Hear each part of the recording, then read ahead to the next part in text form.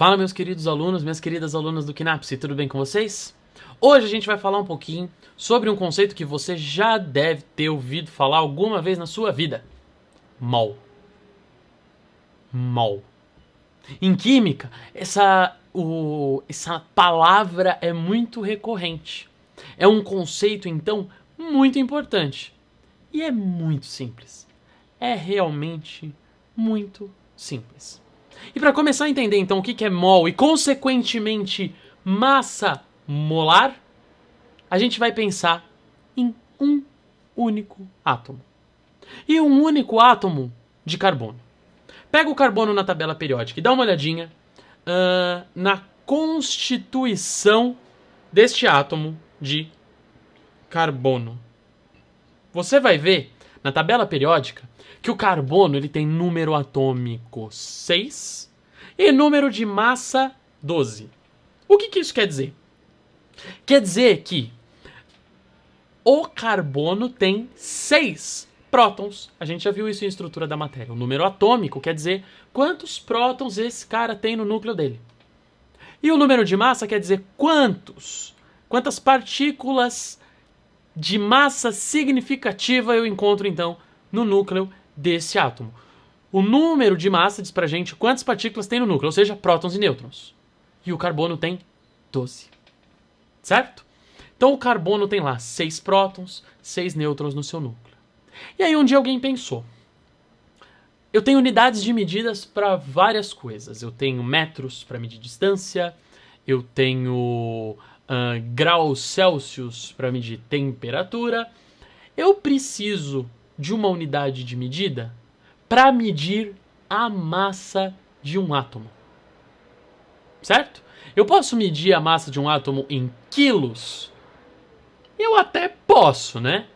Mas vocês concordam comigo que a massa vai ser muito pequena? E eu vou ter que trabalhar com potências de 10 muito pequenas, 10 a menos 20 e tanto, para conseguir determinar a massa de um átomo? Então esse alguém olhou e falou, poxa, a gente podia tomar uma outra referência para considerar a massa de um átomo. O que esse cara fez então? Ele falou, bom, se nêutrons e prótons têm aproximadamente a mesma massa, o que eu vou fazer? Eu vou pegar esta massa e vou tomá-la como referência. No átomo de carbono, então, o que a gente faz? A gente pega a massa de um átomo de carbono e divide por 12, né? E aí esse cara vai dizer pra gente que 1/12 da massa de um átomo de carbono é agora um U. U de unidade de massa atômica. Certo? Então, passa-se a ter o conceito de massa atômica. Passamos a poder falar, então, de massa de um átomo. Qual é a massa de um átomo? E daí vem a ideia do número de massa, então. O número de massa do carbono, então, é 12. Quer dizer que um átomo de carbono, quer dizer que a massa atômica do carbono é de 12 U, 12 unidades de massa atômica. Tá certo? Legal, bacana. Então, a gente vai ter 12 U como massa atômica do carbono. Mas aí eu penso o seguinte, eu consigo medir massa atômica? Não consigo, não tenho uma balança que mede em Us. Não dá, é muito pequeno isso. Para eu usar no laboratório, eu vou conseguir encontrar, eu vou conseguir trabalhar, então, agora adicione 280 Us. Eu não consigo trabalhar com esse nível de valores no laboratório. No laboratório, efetivamente, eu consigo trabalhar em gramas. O que a gente vai ter, então? Eu vou pensar no seguinte, quantos átomos de carbono eu preciso pegar para, ao invés de 12 U, eu trabalhar com 12 gramas.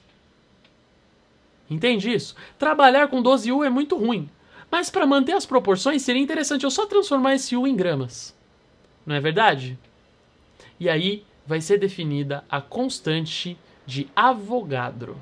Essa constante de Avogadro, ela não foi definida por Avogadro, foi uma homenagem a Avogadro, mas ela é um número de átomos que eu preciso pegar para converter a unidade de massa atômica em gramas. Então, um átomo de carbono pesa 12 U, 12 unidades de massa atômica. Se eu quiser 12 gramas de carbono, eu preciso pegar 6 vezes 10 a 23 átomos de carbono. Percebe isso, então? 6 vezes 10 a 23 átomos de carbono pesam 12 gramas. Certo? Então, essa constante de Avogadro é o número de átomos que eu preciso pegar para que a massa atômica seja convertida em gramas. Ou é o número de moléculas que eu preciso pegar para que a massa molecular em U's seja convertida em gramas. Só que eu ficar chamando isso de constante de Avogadro o tempo todo, ficar chamando isso de 6 vezes 10 a 23 o tempo todo, é ruim. Então, ao invés de 6 vezes 10 a 23, a gente chama de mol. Tá aí o conceito de mol. O que vai acontecer então? Um átomo de carbono pesa 12 U. Para eu ter 12 gramas de carbono, quantos átomos de carbono eu preciso pegar? 6 vezes 10 a 23. 1 mol. Então, 1 mol de átomos de carbono tem massa 12 gramas. Um átomo de carbono tem massa 12 U. 1 mol de átomos de carbono tem 12 gramas. Vou repetir. Um átomo de carbono tem massa 12 U. Um átomo de carbono tem massa 12 U. 1 mol de átomos de carbono tem massa 12 gramas. O que o mol faz pra gente, então, é converter U em gramas. Consequentemente, essa massa, que era massa atômica, agora será massa molar. Então, qual a massa molar dos átomos de carbono? 12 gramas por mol. E qual a massa atômica dos átomos de carbono? 12 U. E a massa molar vai valer para moléculas também, certo? Se a gente pegar, por exemplo, uma molécula de água. A molécula de água pesa 18 U.